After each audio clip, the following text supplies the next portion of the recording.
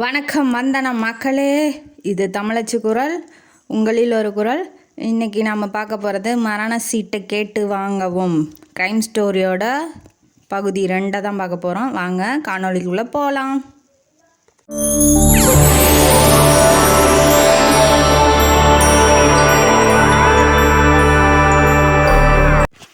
வக்கீல் கோதண்டபாணி வீட்டுக்கு போய் அவன் உக்காந்துட்ருக்கான். சொத்தெல்லாம் நம்ம கைக்கு வந்துடும்னு ஜெயந்த் உக்காந்துட்ருக்கிறத நல்லா சந்தோஷமாக இருக்கான். அப்பா எப்படியாவது சொத்தை கொடுத்துட்றாப்பா, என்னோட பிரச்சனை எல்லாம் முடிஞ்சிடும் அப்படிங்கிற ரேஞ்சில் உக்காந்துட்ருக்கான். உடனே கோதண்டபாணி சார் என்ன சொல்கிறாரு, உங்கள் பெரியப்பா 2 நாளைக்கு முன்னாடி இங்கே வந்திருந்தார். செயல்பாடுலாம் அவரோட உன்னோட நடவடிக்கைலாம் அவருக்கு கொஞ்சம் டவுட்டாக இருக்குன்னு சொல்லிட்டு சொத்தெல்லாம் ட்ரஸ்ட்டுக்கு எழுதி வச்சுட்டாருப்பா அப்படின்னு சொல்லிட்டான். குண்டை தூக்கி போட்டான். ஐயோயோ என்னடா சொல்கிற, அவன் மனசில் என்ன நினைக்கிறான் ஜெயந்த், ஐயோ இந்த சொத்தை நம்பி கொலை பண்ண வச்சிட்டோமே, அவன் வேற செத்து போயிட்டான், சொத்தும் கிடைக்கல, அவனும் போயிட்டான், என்னடா பண்ணுறதுன்னு அவனுக்கு தலையில் இடியே விழுந்துருச்சு. அப்படியே சோகத்தின் உச்சமாக வரான். வந்தோடனே வீட்டுக்கு வரான். வீட்டுக்கு வந்தோடனே சந்தியாவும் வந்துடுறா. வந்தோடனே 2 பேரும் உட்காந்து பேசுகிறாங்க. இப்படி ட்ரஸ்ட்டுக்கு எழுதி வச்சுட்டு போயிட்டானா எங்கள் பெரியப்பன், இப்போ என்ன பண்ணுறது அப்படின்னு சொல்லி கேட்டோன்னே, ஐயோ இந்த சொத்தை நம்பி அவனை வேற கொலை பண்ண சொல்லிவிட்டு அவன் வேற பணத்துக்கு வருவானே, என்ன பண்ணுவ அப்படின்னு சொல்லி இவ கேட்குறா. கேட்டோடனே கரெக்டாக பேசி முடித்தோடனே கதவு தட்டுறான். கரெக்டாக வந்துட்டான் தண்டராஜ். வந்தோடனே சார் என் பணத்தை கொடுங்க சார் அப்படின்னு அவன் கேட்குறான். கேட்டோடனே ஐயோ ஏப்பா இந்த சொத்தை நம்பி உன்னை கொலை பண்ண சொன்னேன், அந்த சொத்தே இப்போ என்கிட்ட இல்லைப்பா, எல்லாம் ட்ரஸ்ட்டுக்கு எழுதி வச்சுட்டானா என் பெரியப்பன், இப்படி பண்ணுவான்னு நான் என்னை மோசம் பண்ணிட்டான். என்னமோ இவன் என்னமோ நம்பி இது பண்ண சொத்து சம்பாரித்த மாதிரியும் அவன் மோசம் பண்ண மாதிரியும் என்னம்மா பில்டப் போடுறான் பாருங்க. அப்புறம் வந்துக்கிட்டு தண்டராஜ் இருந்துக்கிட்டு, என்ன சார் என்னை பார்த்தா எப்படி இருக்குது உங்களுக்கு, நீங்கள்லாம் சார் யோசிச்சுருக்கணும், சொத்து வருமா வராதான் நீங்கள்லாம் யோசிச்சுட்டு என்னை கொலை பண்ண சொல்லியிருக்கணும். இப்போ எனக்கு வராது, எனக்கு கையை விரிக்கிறீங்க, காசு தரமாட்டேன்னு, நீங்கள் என்ன சொன்னீங்களோ அதை கரெக்டாக நான் முடிச்சிட்டேன் சார், எனக்கு என் பணம் வரணும், சொத்து வருது வரல அதெல்லாம் உங்கள் பிரச்சனைங்கிறான் அவன் சொல்கிறது நியாயம் தானே. இருந்துட்டு ஜெயந்த் இருந்துக்கிட்டு, ஏன்டா என்கிட்ட ஒரு பைசா கூட இல்லைடா, எல்லாம் எங்கள் பெரியப்பா காசு தான்டா, இன்ன வரைக்கும் வச்சுக்கிட்டு இருந்தேன், என்கிட்ட காசு இல்லைடா அப்படிங்கிறான் ஜெயந்த். இந்த பேச்செல்லாம் என்கிட்ட பேசாதீங்க சார், நாளைக்கு 5 மணிக்கு கரெக்டாக வருவேன், என் பணத்தை எடுத்து வைங்க, 10,000 இப்போ கொடுங்க, அப்புறமா ஒரு 10 நாள் கழித்து மீதி காசை கொடுங்க, எனக்கு அதை பற்றி பிரச்சனை இல்லை, ஆனால் எனக்கு என் காசு வரணும் அப்படின்னு சொல்லி மிரட்டிட்டு போகிறான். மிரட்டிட்டு போனோன்னே இவங்க என்ன பண்ணுறதுன்னு அவங்களுக்கு புரியல. இப்போ மிரட்டிட்டு போயிட்டானா திரும்ப நாளைக்கு 5 மணிக்கு வீட்டுக்கு பணம் வாங்க வந்துடுவேன்னு மிரட்டிட்டானா. இப்போ இன்ஸ்பெக்டர் வராரு. இன்ஸ்பெக்டர் கதவை தட்டுறாரு. நான் உங்களை என்கொயரி பண்ணணும் ஜெயந்த் அப்படின்னு சொல்கிறாரு. சொன்னோன்னே உள்ளே வந்துடுறான். வந்தோடனே உட்கார வைக்கிறாங்க. உட்கார வச்சோடனே இவங்க யாருன்னு கேட்குறாங்க சந்தியாவை பார்த்து. இது என்னோட உட்பி சார் அப்படின்னு கொஞ்சம் இன்ட்ரடியூஸ் பண்ணி வைக்கிறான். வச்சோடனே என்னப்பா இப்படி உனக்கும் பெரியப்பாவுக்கும் மனஸ்தாபமாமே, உயிரெலாம் மாற்றி வச்சுட்டாராமே, என்ன விஷயம், இது முன்னாடியே செஞ்சுட்டாரா உனக்கு தெரியுமா, தெரிஞ்சு தான் அவர் போனாரா ஊட்டிக்கு, இல்லை என்னப்பா அப்படின்னு சொல்லி இவன் மேலேயே சந்தேகப்படுற மாதிரியே அவரோட கொஷின்லாம் இருக்கவும் இவன் என்ன பண்ணுறான், உள்ளேருந்து ஒரு ஃபோட்டோ கவரை எடுத்துகிட்டு கொடுக்குறான். கொடுத்தோன்னே இந்தாங்க சார் பாருங்கங்கிறான். எதுக்குப்பா பார்க்க சொல்கிறா, சார் எங்கள் பெரியப்பா ஆக்சிடெண்ட் ஆனப்போ நாங்கள் ஒரு பூங்காவில் இருந்தோம் அப்படின்னு சொல்லி அந்த பூங்காவோட ஃபோட்டோ எடுத்த இவனும் சந்தியாவும் ஃபோட்டோ எடுத்ததுக்கு பின்னாடி கடிகாரம் இருக்குது, அதை சொல்லி அவன் சொல்கிறான். சொன்னோன்னே சரி இதில் நான் 2 ஃபோட்டோ எடுத்துக்கிறேன் அப்படின்னு சொல்லி அவர் எடுத்துக்கிட்டு அவர் போயிட்டார். போனோடனே இவன் என்னங்கிறான் தண்டராஜிக்கிட்ட, இப்போ வீட்டுக்கெலாம் வராத, நீ அந்த பூங்காக்கே வந்துடு, நான் உனக்கு பணத்தை செட்டில் பண்ணிடுறேன் அப்படின்னு சொல்கிறான். சொன்னோன்னே சரி சார் நாளைக்கு 5 மணிக்கு வெயிட் பண்ணுறேன், நீங்கள் வந்துடுங்க பணத்தோட அப்படின்னு சொல்லிட்டு அவன் போயிடுறான். போனோடனே ஜெயந்த் சந்தியாட்ட சொல்கிறான், என்கிட்ட காசு இல்லைங்கிற, எப்படி கொடுப்பேன்னு தானே யோசிக்கிற, எனக்கு அதுக்கிட்ட ஒரு பிளான் இருக்குது அப்படின்னு சொல்கிறான். சொன்னோன்னே இவன் உள்ளேருந்து ஒரு பிஸ்டல், அதாவது துப்பாக்கி எடுத்துகிட்டு காமிக்கிறான். இங்கே பாரு இதுதான், இவனை கொலை பண்ணிட்டா எனக்கு வேலையே மிச்சம், யாருங்க எனக்கு சந்தேகப்பட மாட்டாங்க, ஏன்னா அவனுக்கு தெரிஞ்சது ஒரே ஆள் நீ மட்டும்தான், நீ எதுவும் போலீஸில் போய் சொல்ல மாட்ட, அவனை கொன்னுட்டா எனக்கு இப்போ பிரச்சனையே இல்லை அப்படின்னு சொல்லி சந்தியாக்கிட்ட சொல்லிகிட்டு இருக்கான். இந்த பொண்ணுக்கு எவ்வளோ தைரியம் பாருங்களேன், அவன் என்ன செஞ்சாலும் இது பேசாமலே இருக்குது. சரி சரின்ட்டு அப்புறம் பிஸ்டலை எடுத்து சூட்கேஸில் வச்சுக்கிட்டு இவன் வந்து பணம் இருக்கிற மாதிரியே காமிக்கணும் இல்லையா, அதனால் வந்து பிஸ்டலை சூட்கேஸில் வச்சுக்கிட்டு இவன் கிளம்பிட்டான். 5 மணி ஆக போகுது, கிளம்பிட்டான். கிளம்புனோடனே சரி அப்படின்னு அவன் வந்து அந்த ஒரு ஸ்டாப் சொல்லியிருப்பான், பஸ் ஸ்டாப்பு. அங்கே போய் நிற்கிறான். நின்றுட்டு இருக்கும் போது இவனை வந்து பிக்கப் பண்ணிக்கிறான். பிக்கப் பண்ணிக்கிட்டு 2 பேரும் போகிறாங்க. அவன் தன்ராஜுக்கு என்னன்னா, இங்கே பணத்தை கொடுங்க சாருங்கிறான். அவன் வந்து இங்கெல்லாம் போலீஸ் இருக்கு பார்த்துருவாங்க, நீ வா அப்படின்னு தனியாக அந்த பூங்கா கிட்ட கூட்டிகிட்டு போகிறான். ஏன்னா அங்கே ஆள் நடமாட்டம் சாயங்கால நேரத்தில் இருக்காது, நீ வா அப்படின்னு சொல்லிட்டு அவனை கொலை பண்ணிவிட்டு நம்ம வந்து நம்ம பாட்டுக்கு வந்துடலாம் அப்படிங்கிற பிளானோட போகிறான் ஜெயந்த். ஆனால் அவனு தன்ராஜுக்கு அது தெரியாது இல்லையா, அதனால் அவனும் இல்லை நான் அவங்ககிட்ட முக்கியமான விஷயம் பேசணுன்னே கூட்டிகிட்டு போயிட்டுருக்கான். காரில் கூட்டிகிட்டு போயிட்டு இருக்கும்போது கார் வேறு பாதி ஸ்டார்டிங் ட்ரபிள் ஆயிடுச்சு. அப்புறம் கீழே இறங்கி போய் ஜெயந்த் வந்து ரிப்பேர் பண்ணுறான். ரிப்பேர் பண்ணோன்னே பூங்காக்கிட்டே போயிட்டாங்க. போனோடனே இவன் வந்துட்டு உனக்கு நான் பணம் கொடுக்க தான் வர சொன்னேன், நான் பிஸ்டல் எடுக்கிறதுக்கு பார்க்குறான் சூட்கேஸை திறந்து. ஆனால் அதில் பிஸ்டல் இல்லை. இதுதான் ட்விஸ்டே, பிஸ்டல் இல்லையா, என்னடா ஆச்சு அப்படின்னு சொல்லி நினச்சிட்டு இருக்கும்போது, என்ன சார் அப்படிங்கிறான் தண்டராஜ் வில்லன் மாதிரி. என்ன சார், என்ன முட்டாள்னு நினச்சிட்டு இருக்கிறீங்களா, நீங்கள் படித்த ஸ்கூலில் நான் ஹெட்மாஸ்டர் சார் அப்படிங்கிறான் அவன். இந்த பணக்கார பசங்களே இப்படி தான், எனக்கு தெரியாதா அப்படிங்கிறான். அப்படின்னாட்டி இவன் வந்துக்கிட்டு சாரி தன்ராஜ், என்கிட்ட இல்லை, காசு இல்லை, நீயும் புரிஞ்சிக்க மாட்டேங்கிற, என்ன பண்ண சொல்கிற, இந்த பேச்செல்லாம் எனக்கு வேணாம் சார் அப்படிங்கிறான். துப்பாக்கியை தட்டி விட்டு இப்போ 2 பேர்த்துக்கு சண்டை வருது. சண்டை வந்தோடனே துப்பாக்கியை வந்து ஜெயந்த் எடுத்தோடனே அமுக்கிறான். ஒன்றுமே ஆகலை.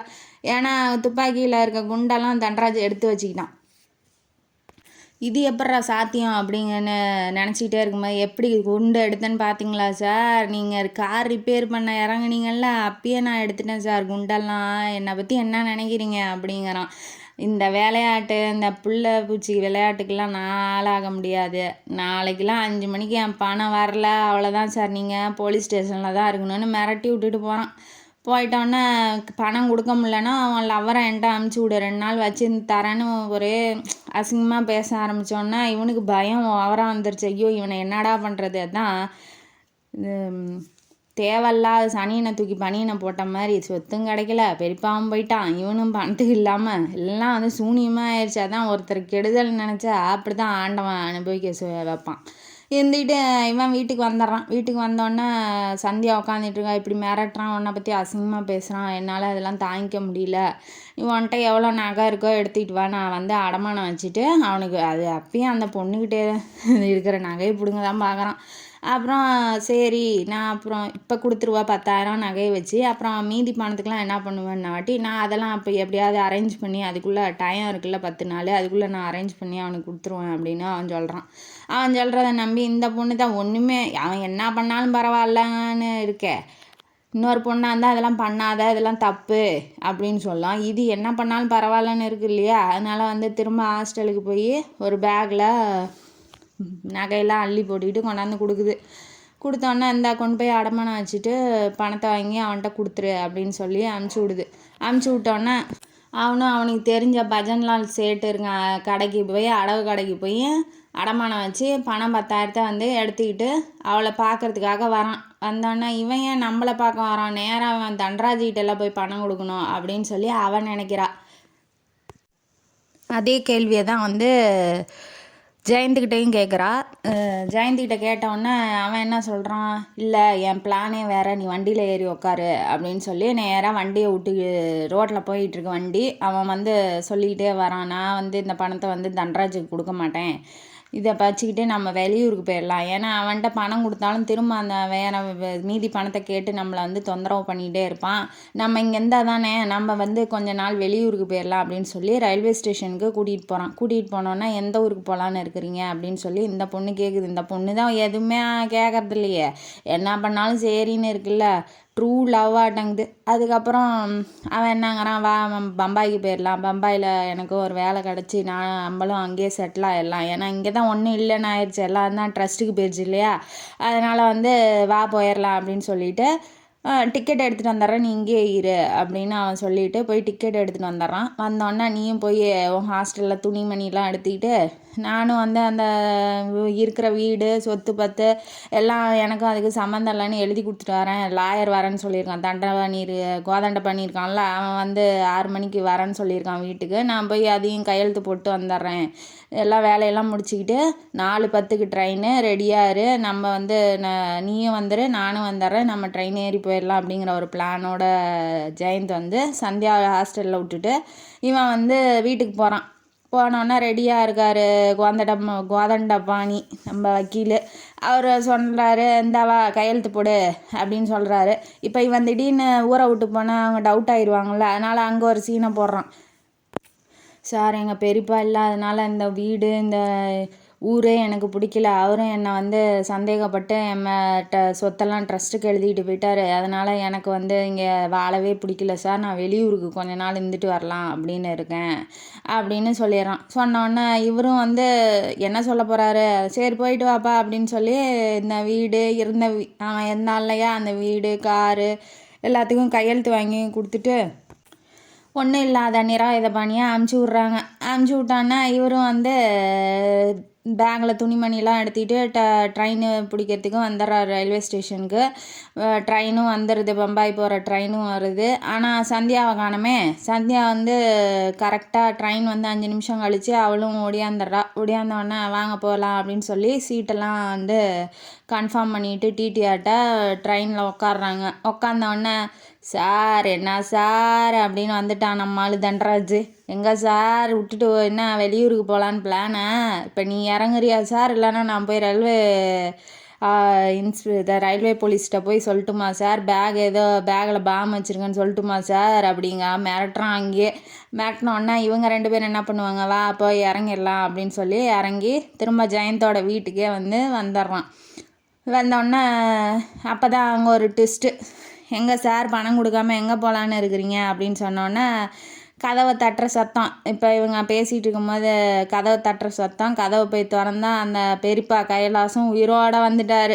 வந்து நிற்கிறாரு. ஏன்டா என்னையாடா கொலை பண்ண அனுப்பிச்சி விட்ற அப்படின்னு சொல்லி. இவனால் நம்பவே முடியல. ஐயோ செத்துட்டான்னாங்க, எப்பட்றா அவன் உயிரோட இருக்கான் அப்படின்னு சொல்லி நம்பவே முடியல.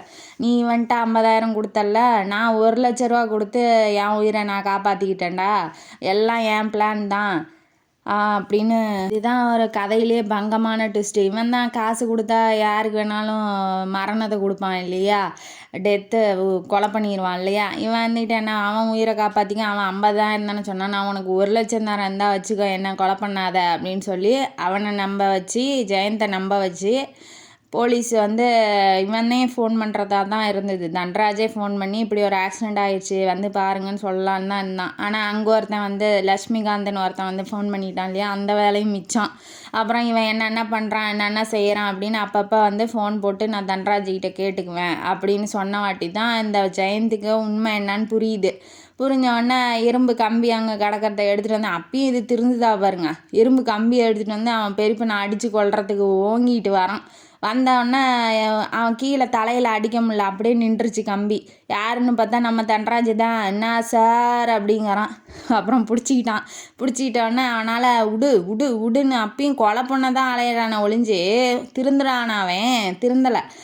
மன்னிச்சு அப்புறமேட்டு என்னங்கிறான், அவன் உயிரை இப்போ இன்னும் கொஞ்சம் பணம் கொடுத்தா அவன் பாடி கார்டு வேலை கூட தான் பண்ணுவான், அவனுக்கு தேவை பணம்.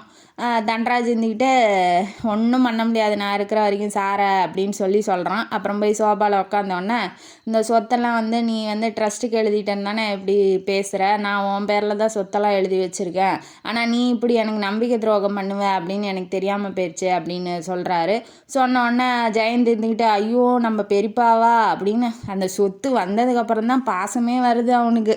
வந்தோடனே பெரியப்பா என்னை மன்னிச்சிருங்கன்னு காலை பிடிச்சிட்டு கெஞ்சினோடனே நீ எப்போ கொலை பண்ண அவனுக்கு பணம் கொடுத்து அனுப்பிச்சி விட்டுவியோ தண்டராஜை, இனிமேட்டு வந்து நீ பெரியப்பா அந்த உறவெல்லாம் செத்து போயிடுச்சு, நீ முன்ன ஜெயிலுக்கு போயிட்டு வா, அப்புறம் திருந்தி வா, நீ நல்லவனா இல்லையான்னு என் மனசு மாறி என் மனசு சொன்னாதான் நான் உனக்கு சொத்தை எழுதுவேன், இல்லைன்னா எழுத மாட்டேன் அப்படின்னு அவர் சொல்லிடுறாரு. சொன்னோடனே தண்டராஜ் வந்து நவுந்து போகிறான்.